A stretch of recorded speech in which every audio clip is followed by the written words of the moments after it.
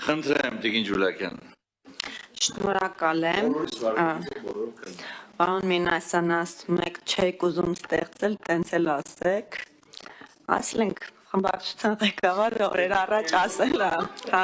նոր չպիտի ասենք։ Այսինքն դա արդեն իսկ ասվել է, բայց հիմա քննարկում ենք մնացածը, հա։ Հիմա ինձ համար էթիկայի հանձնաժողովի ստեղծման եւ առավելևս եզրակացություն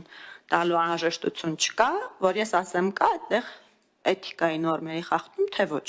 Ես կարծում եմ, որ կա էթիկայի նորմերի խախտում եւ ես այդ մասին նաեւ պարոն Քոչարյանին ասել եմ։ Միաժամանակ երկու դրույթ եք մեջ բերում, որպես նորմերի խախտում, հա,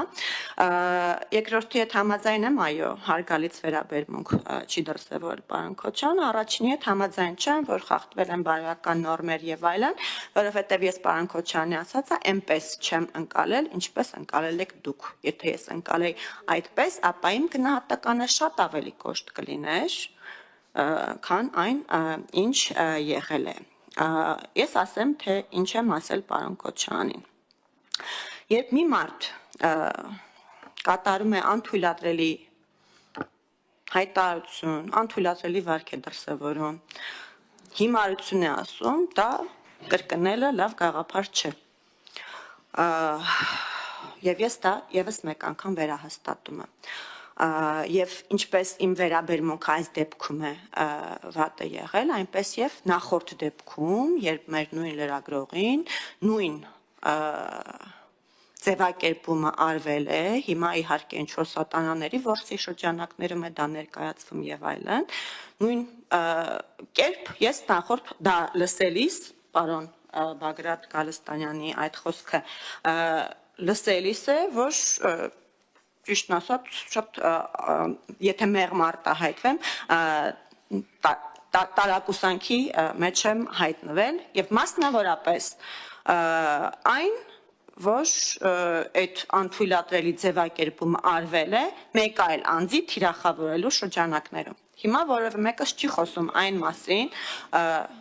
մենք քննարկում ենք կոնկրետ վարքագիծ, մենք քննարկում ենք կոնկրետ վարքագիծ եւ ես այդ վարքագծի վերաբերյալ պարոն Մինասյան իմ դիրքորոշումը հայտնում եմ, այդ վարքագիծը ինձ համար անընդունելի է, անկախ նրանից, թե այդ վարքագիծը ում կողմից է դրսևորվել, անկախ նրանից դա եղել է իմ գործընկերը, թե մեկ այլ անձ, որը գործընկեր չէ, մի խոսքով, ես կուզեի նաև, որ մենք այլ անձանց իրավունքների մասին չմոռանանք եւ այլ անձանց թիրախավորումների մասին չմոռանանք, նույնիսկ եթե այդտեղ փորձում ենք ինչ-որ բան, հա, կրոնական բաներ, սատանա, եսիմ ինչ եւ այլն։ Ինչևէ, էթիկայի ժամանակավոր հանձնաժողով ստեղծելու մասին, բազմիցս են եղել այն դեպքերը, երբ պատգամավոր, թե իշխանական, թե ընդդիմադիր դրսևորել է վարք, որը առնվազն առերևույթ էթիկայի նորմերի խախտում է։ Եվ որևէ դեպքով մենք չենք ստեղծել, եւ հիմա այստեղ կամ արդարացնելու կամ մեղադրելու բանով չեմ ասում, չենք ստեղծել, ինչու չենք ստեղծել, որովհետեւ համարել ենք, որ երբ յուրաքանչյուր հարցով ազգային ժողովը անում է քննարկում ստեղծել ժամանակավոր հանձնաժողով, թե ոչ, արդեն իսկ դա կարելի ասել կնիք է դնում այն հանգամանքի վրա, որ այդ խախտումը տեղի է ունեցել եւ համարել ենք, որ դա հարցի ավելորդ եւ բոլորովին անտեղին քաղաքականացում է եւ քանի որ առ այսօր չի ստեղծվել դա, այս անգամ էլ կարծում եմ, որ մեջների կյաժը պարոն Քոչարյանը չէր, որ կրկնելով, որ անթույլատրելի վարքագիծ է թույլ տվել իմ խորին համոզմամբ։ Այսքանը ես հույս ունեմ,